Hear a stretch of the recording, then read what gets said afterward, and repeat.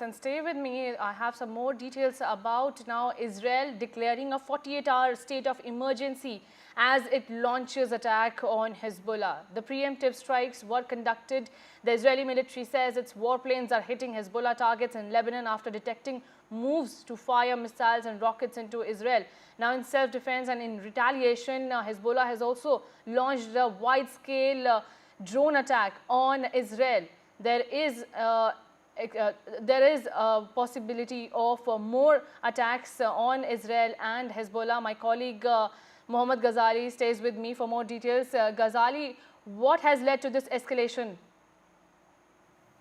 See, this is a very interesting situation right now because in the last 10 days, we have been hearing about mediation going on in Qatar, and another round of mediation was expected in Cairo, in Egypt. But before the second round of mediation talks could happen, in the last 10 days, there was no attacks whatsoever on Israel. But today, Israel decided to launch what it called preemptive strikes, saying that these were the existing threats in Lebanon, the launch pads of Hezbollah, and after which Hezbollah retaliated with drone attacks. So all maximum of the drone attacks from Hezbollah were intercepted successfully by Iron Dome. There has been no casualties in Israel, but there are some reports of injuries of citizens along the Lebanon border on Israel's northern border. Now, why this is interesting also because the mediation talks have not led to any kind of hostage release or any deal on the ceasefire. And now, with Israel striking, launching a preemptive strike and Hezbollah responding to that, there are every chance that all what everybody was expecting and waiting for has perhaps come back to the Middle East. Another situation on the boil.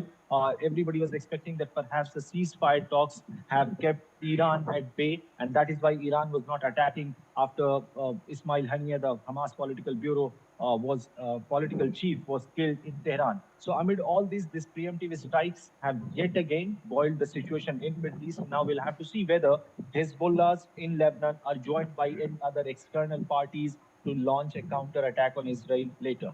Right. Thank you so much, Mohammad Ghazali, for joining us and giving those details. We will be keeping a close track on what happens.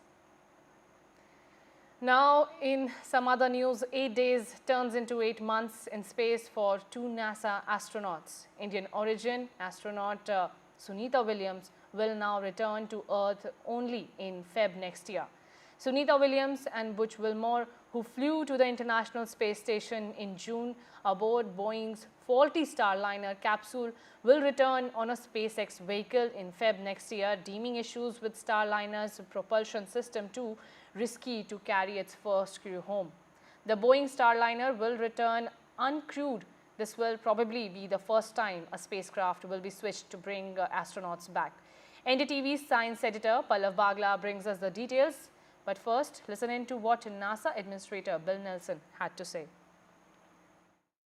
NASA has decided that Butch and Sonny will return with Crew 9 next February, and that Starliner will return uncrewed.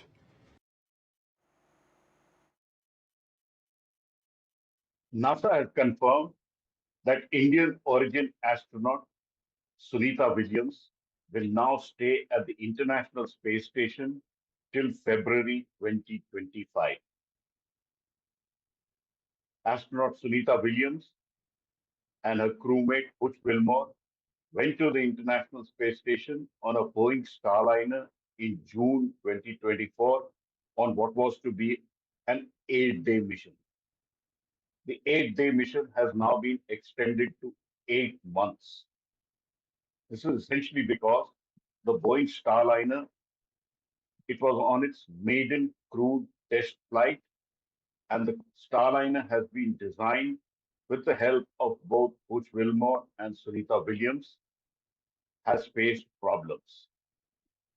The Boeing Starliner has had issues with its thrusters, it has had helium leaks, and NASA says in the interest of safety, the Boeing Starliner will now be brought back to Earth uncrewed, and the crew, astronauts Sunita Williams and Butch Wilmore, will now be reshuffled and brought back using SpaceX Crew Dragon in February 2025.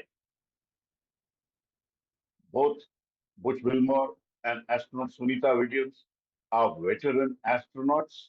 Sunita Williams, this is her third flight into space. She has spent long months in space. And when she went up, she had said going to the space station was like going back home. So an 8-day mission being converted into an 8-month mission. And now the two astronauts will come back on the SpaceX Crew Dragon. This kind of reshuffling of spacecraft is new, and there will be many adjustments which NASA and Boeing will have to make for that. NASA chief Bill Nelson said this is being done because in the back of their minds, they had the accidents of the space shuttle in their mind. And they did not want to take any risk with the two astronauts being on board the Starliner and then bringing them back in a vehicle which was not functioning fully.